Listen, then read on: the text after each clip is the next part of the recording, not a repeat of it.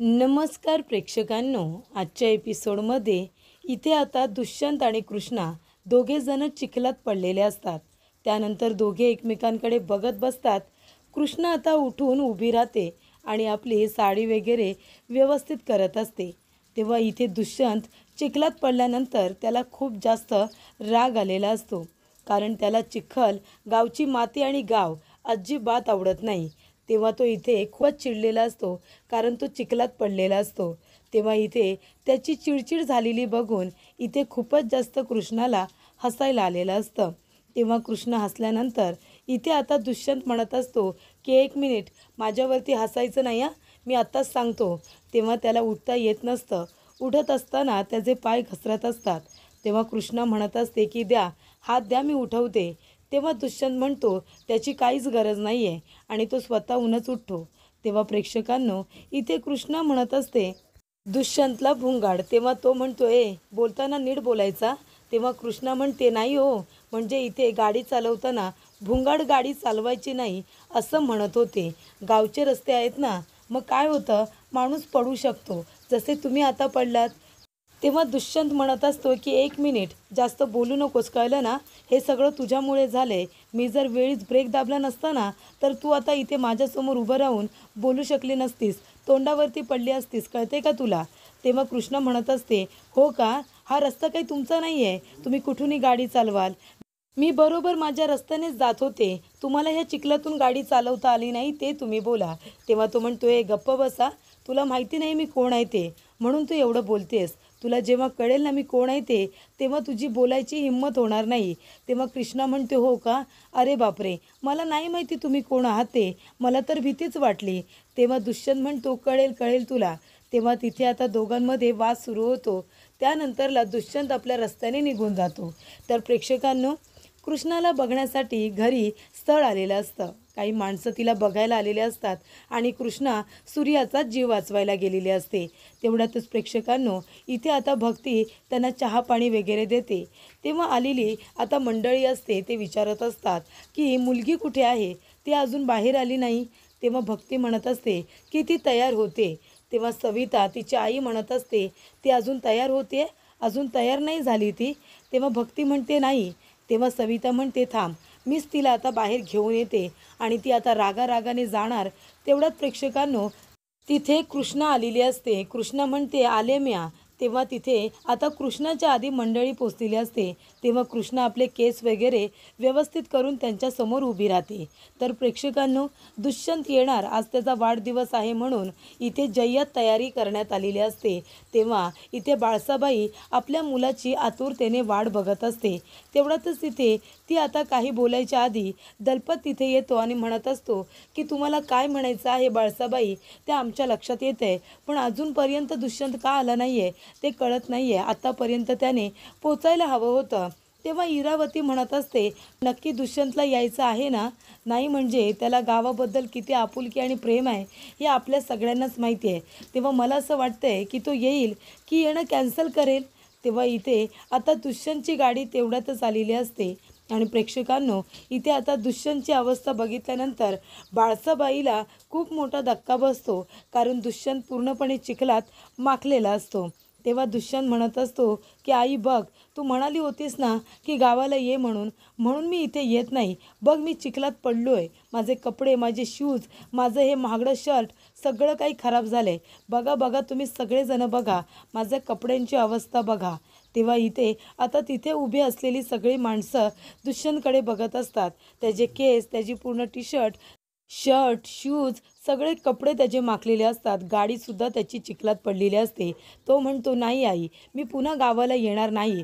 तू मला कशाला बोलावलंस. आता जर शहरात असतो तर तिथे छान माझ्या मित्रांबरोबर मी माझा वाढदिवस सेलिब्रेट केला असता. त्याच्यानंतर संध्याकाळी पबमध्ये गेलो असतो. तू विनाकारण मला इथे बोलावून घेतलंस. मी गावाजवळ कधीच कनेक्ट होऊ शकणार नाही आहे असं मला वाटतंय. तू मला इथे बोलवायला नकोस होतंस. तेव्हा बाळजाबाई म्हणत असतात हे बघ, तू शांत हो, शांत हो, माझ्या लेकासाठी आंघोळीला पाणी काढा रे, असं ती आता जोरातच म्हणते. तेव्हा प्रेक्षकांनो, इथे आता कृष्णा घरी आल्यानंतर ती चिखलात माखलेली असते. तेव्हा इथे आलेली मंडळी म्हणत असते हे काय, तुमची मुलगी अशी तयार झाली का. तेव्हा भक्ती म्हणत असते, नाही नाही, ती छानच तयार झाली होती, पण आमच्या गावातला तो सुरजा शेतकरी आहे ना, त्याच्यावरती खूप कर्ज आहे. तेव्हा तो स्वतःचं आयुष्य संपवायला निघाला होता. तो फास लावून घेत होता. तुम्ही येणार म्हणून कृष्णा तयार होत होती. तेवढ्यातच हा बंब्या म्हणाला की तिकडे तो सुरजा स्वतःला फास लावून घेतोय म्हणून. तेव्हा मग आमची कृष्णा त्याला वाचवण्यासाठी लगेचच धावत पळत निघाली. तेव्हा बंब्या म्हणतो, हो ना, ती पुढे मी मागे, ती पुढे आणि मी मागेच. आणि मग आमची कृष्णा तिथे गेली आणि तिने त्या सुरजाचा जीव वाचवला, नाहीतर त्याने आत्महत्या केली असती. आमची कृष्णा आहे ना, ती लोकांना दुःखात नाही बघू शकत, म्हणून ती प्रत्येक वेळी सगळ्यांच्या मदतीला धावतच असते. तेव्हा बंब्या म्हणतो, अगदी बरोबर, खूप चांगली आमची कृष्णा. चांगली म्हणजे काय, खूपच चांगली आहे. तेव्हा इथे भक्ती म्हणत असते की आणि शेतीची कामं तर विचारू नका. शेतीमध्ये सगळी कामं करते ती, म्हणजे अगदी जिथे पाय टाकेल ना तिथे ती सोनं उगवेल, अशी आमची इथे आता कृष्णा आहे. तेव्हा बंब्या म्हणतो, म्हणजे तुम्ही अजिबात विचारू नका, नांगरणीपासून ते पेरणीपर्यंत सगळी कामं आमची कृष्णा करत असते. तिला शेतीची सगळी कामं येतात, एखाद्या पुरुषाला सुद्धा मागे टाकेल, असं इथे भक्ती आता म्हणत असते. तेव्हा आता भक्ती फक्त शेतीबद्दल आणि कामाबद्दलच बोलत असते, पण घरातल्या कामांबद्दल काहीच बोलत नाही. तेव्हा मंडळी म्हणत असते, पण तिला स्वयंपाक पाणी येतो का? आमचा मुलगा पोस्टात कामाला आहे, त्याच्यामुळे घरातली कामं जमतात का तिला? आम्हाला घर सांभाळणारी आणि सगळ्यांवरती लक्ष ठेवणारी मुलगी हवी आहे. तेव्हा भक्ती म्हणते, हो, शेतामधून आता घरीच येणार होते मी, घरातली कामंसुद्धा सगळी करते हो आमची कृष्णा. स्वयंपाक तर विचारू नका, कुठला पदार्थ येत नाही असं नाही. आपल्या कोल्हापूरचा तांबडा पांढरा रस्सा काय बनवते आमची कृष्णा. तेव्हा इथे आता कृष्णा म्हणत असते, भक्ती एक मिनिट, एक मिनिट थांब. आणि ती म्हणते की मला थोडं बोलायचं आहे, मी बोलू शकते का? तेव्हा इथे आता मंडळी म्हणतात, बोल ना, काय बोलायचं आहे? तेव्हा कृष्णा म्हणत असते की भक्तीने तुम्हाला शेतीबद्दल जे काही सांगितलं ते सगळं खरं आहे. म्हणजे शेतीमध्ये माझा हात कुणी बी पकडू शकत नाही. मला शेतीची समधी कामं अगदी व्यवस्थित जमतात, पण ती स्वयंपाकाचं जे काही बोलली ना, मला स्वयंपाकामध्ये अजिबात काय बी जमत नाही. मला काहीच बनवता येत नाही. मी एकदा प्रयत्न केला होता, मी चहा बनवायला गेले होते, तेव्हा मी चहाला फोडणी द्यायला निघाले होते. म्हणजे अगदी मला स्वयंपाकातलं काय बी कळत नाही, हे मात्र नक्की. तेव्हा इथे बंब्या हसायला लागतो आणि म्हणतो की अगदी बरोबर, तिला काहीच येत नाही. तेव्हा इथे लगेचच कृष्णा म्हणते, आणि मला घरातली कामं जरी येत नसली तरी शेतातली बाहेरची कामं मला समधी येतात. त्याच्यामध्ये कुणी बी माझी तक्रार तुमच्याकडे करणार नाही. आणि आता माझं बोलून झालं आहे, तरीसुद्धा तुम्हाला माझ्याशी लग्न करायचं असेल तर माझी अजून एक अट आहे. लग्न झाल्यानंतर मी माझ्या शेतामध्ये राबणार, मी माझ्या शेतामध्ये कष्ट करणार, मी थांबणार नाही. तेव्हा इकडे आता आलेली मंडळी म्हणत असतात, अहो पण तुला शेतामध्ये राबायची गरज काय आहे? आमचा मुलगा पोस्टात कामाला आहे, त्याच्यामुळे घर सांभाळणारी मुलगी हवी आम्हाला, बाहेर जाऊन काम करायची गरज नाही. मग घरातली कामं घर कोण सांभाळणार? तेव्हा इथे कृष्णा म्हणत असते की हे बघा, तुम्ही बोलताय ते सगळं बरोबर आहे, पण लग्न झाल्यानंतर घरामध्ये तर कामं केली जातीलच ना, घर सांभाळलंच जाणार आहे. पण शेतामध्ये राबलं तर काय होतं आहे?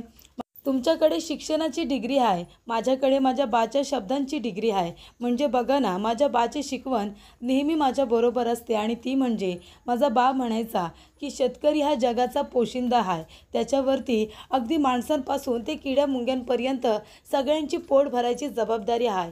जर आपण शेतामध्ये नाही राबलो तर मग सगळ्यांना इथे पोटभर अन्न कुठून मिळणार? त्याच्यामुळे मला माझ्या बाची शिकवण पुढे न्यायची आहे, मला शेतात राबायचं आहे म्हणजे आहे. तेव्हा इथे त्यामध्ये मी कुणाचं काही ऐकून घेणार नाही, मी कुणाची अडवणूक सहन नाही करणार. तेव्हा इथे आता ती म्हणत असते, तरीसुद्धा जर तुम्हाला लग्न करायचं असेल तर बोला. त्यानंतर प्रेक्षकांनो, इकडे आता बाळजाबाई म्हणत असतात की तुम्ही इथे बसा बरं. दुष्यंत, तू इथे बस आणि जा लवकरात लवकर आमच्या मुलासाठी आंघोळीला पाणी घेऊन या. तेव्हा इथे आंघोळीला पाणी आणलेलं असतं. तेव्हा बाळजाबाई म्हणते, आमच्या लेकासाठी, दुष्यंतसाठी ह्या गावच्या हिरीचं पाणी आंघोळीसाठी आम्हाला ते अजिबात चालणार नाही. मला काय म्हणायचं आहे ते तुम्हाला कळलं असेलच की. तेव्हा दलपत म्हणत असतो, हो बाळजाबाई, मला कळलं आहे. आणि दुष्यंत रागातच बसलेला असतो. दुष्यंतचा आगाऊपणा अगदी सगळीकडे दिसून येतो. त्याचबरोबर दलपतने एक फोन केलेला असतो. तर इथे कृष्णाने आपल्या अटी वगैरे सगळं काही सांगितलेले असतात. तेव्हा आलेली मंडळी जायला निघते. तेव्हा आलेला मुलगा म्हणत असतो की मला मुलगी पसंत आहे. तेव्हा त्याचे आईवडील म्हणतात, अरे काय पसंत आहे? तिला घरातली कामं स्वयंपाक येत नाही आणि ती म्हणते की मी शेती करणार. मग आता हिला तू का पसंत करतोयस? तेव्हा तो मुलगा म्हणत असतो, कारण मला तिच्यातला कॉन्फिडन्स खूप जास्त आवडला. आतापर्यंत आपण ज्या मुली बघितल्या त्यांच्यामध्ये मला कॉन्फिडन्स अजिबात दिसला नाही. पण हिने तिला जे काही वाटतं, तिच्या ज्या काही अटी आहेत त्या स्पष्टपणे आपल्यासमोर मांडल्या.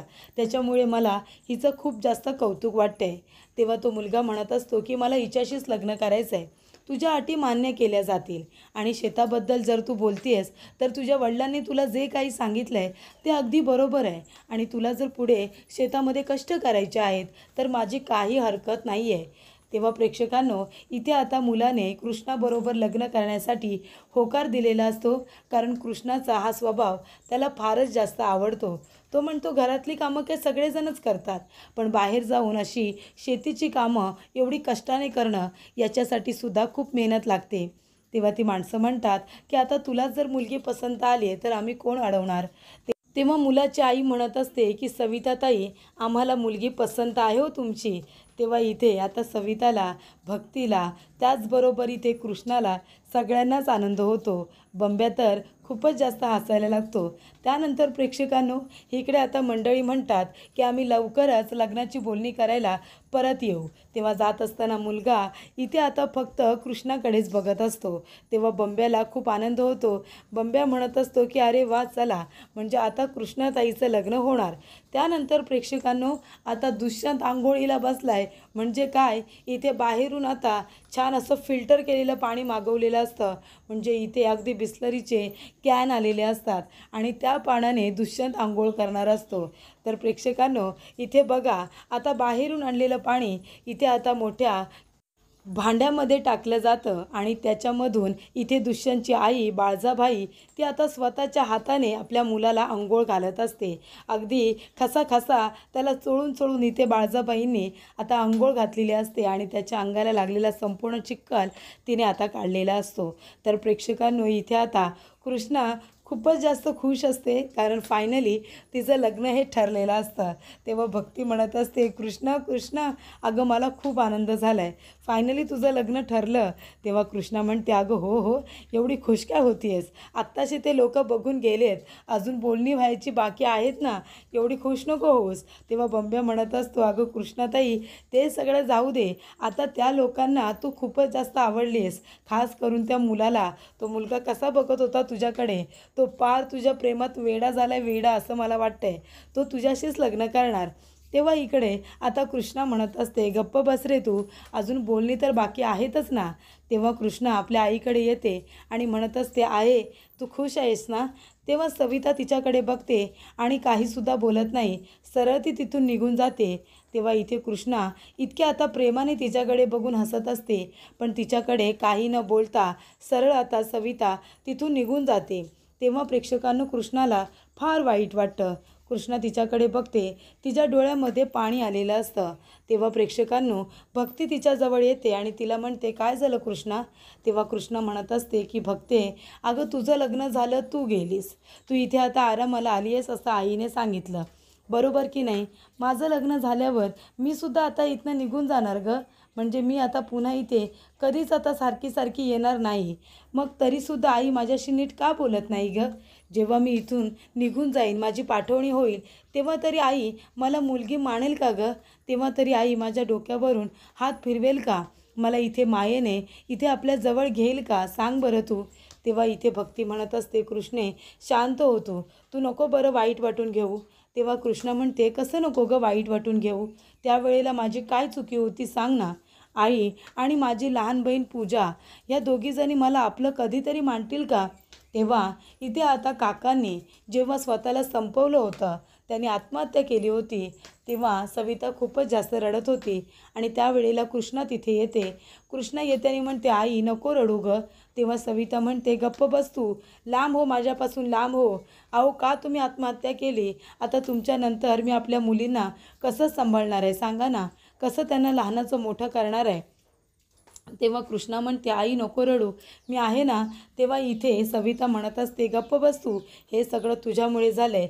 पांढऱ्या पायाची कुठली पांढऱ्या पायाची पाळ, म्हणून मी तुला या घरामध्ये यायला नको म्हणत होते, पण तरीसुद्धा तू आलीस. आणि बघ बघ माझ्या नवऱ्याने काय केलं, त्याने स्वतःला संपवलं. तेव्हा इथे आता काकांना घेऊन जात असताना सविता धावत पळत बाहेर येते आणि कृष्णासुद्धा बाहेर येणार. तेवढ्यातच सविता दरवाजा लावून घेते.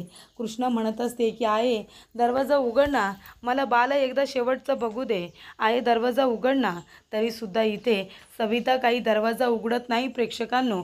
तेव्हा कृष्णा रडत असते. ती दरवाजा उघडायला सांगत असते, तिला आपल्या बाला शेवटचं डोळे भरून बघायचं असतं, पण प्रेक्षकांनो नाही, इथे सविता अजिबात आता दरवाजा उघडत नाही. त्याचबरोबर इथे आता दुष्यंतचा 27वा वाढदिवस असतो. तेव्हा त्याच्या आईने बाळजाबाईने त्याच्यासाठी जरा जास्तच मोठं गिफ्ट आणलेलं असतं. म्हणजे इथे आता त्याच्यासाठी गाडी आणलेली असते. त्यामुळे प्रेक्षकांनो इथे आता नवीन कोरी कार ही आता त्याला बड्डे गिफ्ट म्हणून दिलेली असते. तेव्हा त्याला डोळे बंद करून आणलं जातं. तो म्हणतो, आई काय करतेस तू. तेव्हा ती म्हणत असते की बघ तुझ्यासाठी ते 27वा वाढदिवस आहे ना, म्हणून सरप्राईज की काय ते म्हणतात ना, ते तुझ्यासाठी आहे. तो म्हणतो, आई ही कार, मला हीच गाडी हवी होती. खरंच आई, I love you so much. मला जे हवं आहे ते तू मला लगेच देत असतेस. मला हीच गाडी हवी होती आणि ती तूच माझ्यासाठी मागवलीस. Thank you so much. तेव्हा इथे आता दुष्यंत आनंदी झालेला असतो. गावची माती पायाला लागू नये म्हणून आता बाईक नाही तर त्याच्या आईने त्याला मोठी कारच गिफ्ट केलेली असते आणि तीसुद्धा त्याला हवी ती. तेव्हा इथे बाळजाबाई म्हणत असते, दुष्यंत अरे तुझी आई असताना तुला ती कशाची कमी पडू द्यायची नाही. तुला जे हवं आहे ते मी तुला देणार, पण आधी चल बरं ऑक्शन करून घे आणि मग गाडी घेऊन जा. त्यानंतर इथे सविता आलेली असते. काकांनी एक चिठ्ठी लिहून ठेवलेली असते. त्याच्यामध्ये काका म्हणालेले असतात की हे बघ सविता, मी गेल्यानंतर तू कृष्णाला घरातून बाहेर काढू नकोस. मी गेलो तरी कृष्णा असेल ना तुम्हाला सगळ्यांना सांभाळायला. तिला मुलगी मान, तिला घरातून बाहेर नाही काढणार ना, प्लीज काढू नकोस, तिला घरामध्येच राहू दे, ती तुम्हाला सगळ्यांना सांभाळेल. तेव्हा सविता म्हणत असते की तुम्ही मला बोलला होतात म्हणून त्या पांढऱ्या पायाच्या मुलीला मी घरातून बाहेर काढलं नाही. तिला मी आत्तापर्यंत आपल्या घरात ठेवलं आहे, पण आता ह्या माणसांनी तिला समोरून पसंत केली आहे. पण आता तिचं लग्न होणार. अहो आपल्या पूजेच्या आधी तिचं लगीन होणार आहे. म्हणजे आता इथे धूमधडाक्यात तिचं लगीन होईल. आपल्या पूजेच्या आधी ही गोष्ट माझ्या मनाला काय पटलेली नाही. तेव्हा प्रेक्षकांनो इथे आता दुष्यंतचा 27वा वाढदिवस, त्याची आई त्याचं ऑक्शन वगैरे करते आणि ती म्हणत असते की तुझी आई आहे ना, ती तुझी आई तुझ्या पायाजवळ सगळं सुख टाकल, तू अजिबात काळजी करू नको. तेव्हा इथे आता दुष्यंत खूपच जास्त खुश होतं. आता एवढं मोठं गिफ्ट आईने दिल्यानंतर खुश तर तो होणारच होता. तेव्हा इथे आता इरावती आलेली असते. तीसुद्धा दुष्यंतचं ऑक्शन वगैरे करते आणि त्याच्यासाठी गिफ्ट आणलेलं असतं. तेव्हा दुष्यंत म्हणत असतो, काकी अगं मला कशाला गिफ्ट देतेस तू. तेव्हा ती म्हणते, अरे मग वाढदिवस आहे तुझा, दरवर्षीप्रमाणे तुला गिफ्ट द्यायला नको का. हे बघ, हे माझ्याकडून तुला एकदम भारीतलं परफ्यूम आहे, बघ तुला आवडतं काय ते, आणि जरा त्याचा वास घे. तुला त्याचा वास शेणाचा किंवा मातीचा येतोय का ते मला खरंच सांग की चांगला वास येतोय. तेव्हा इथे दलपत म्हणत असतो, अगं इरावती आता सगळंच सांगतेस का त्याला, मग आता त्याची किंमत किती आहे ना ते पण सांग.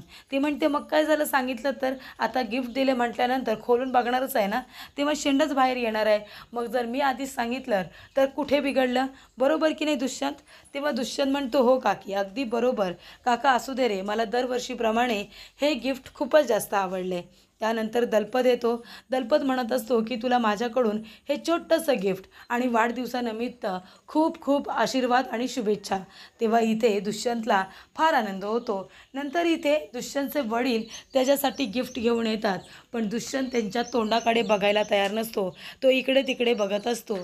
त्यानंतर प्रेक्षकांना पुढील भागामध्ये इथे दुष्यंत म्हणत असतो की मी माझ्या आयुष्याचे इथे आता ब्रेक कुणाच्या हातामध्ये दिलेले नाही आहेत, ते माझ्याकडेच राहणार. मला जे काही करायचं आहे ते मी स्वतःच करणार, कुणाचं काही ऐकणार नाही.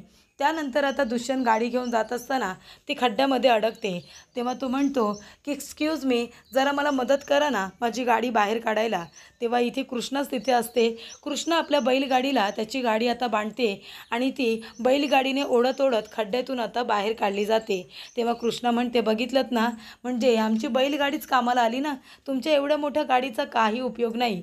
तेव्हा इथे माझ्या बैलांनी तुमची गाडी बाहेर काढली असं ती म्हणते. तेव्हा दुष्यंत गाडी सुरू करतो आणि जात असतो.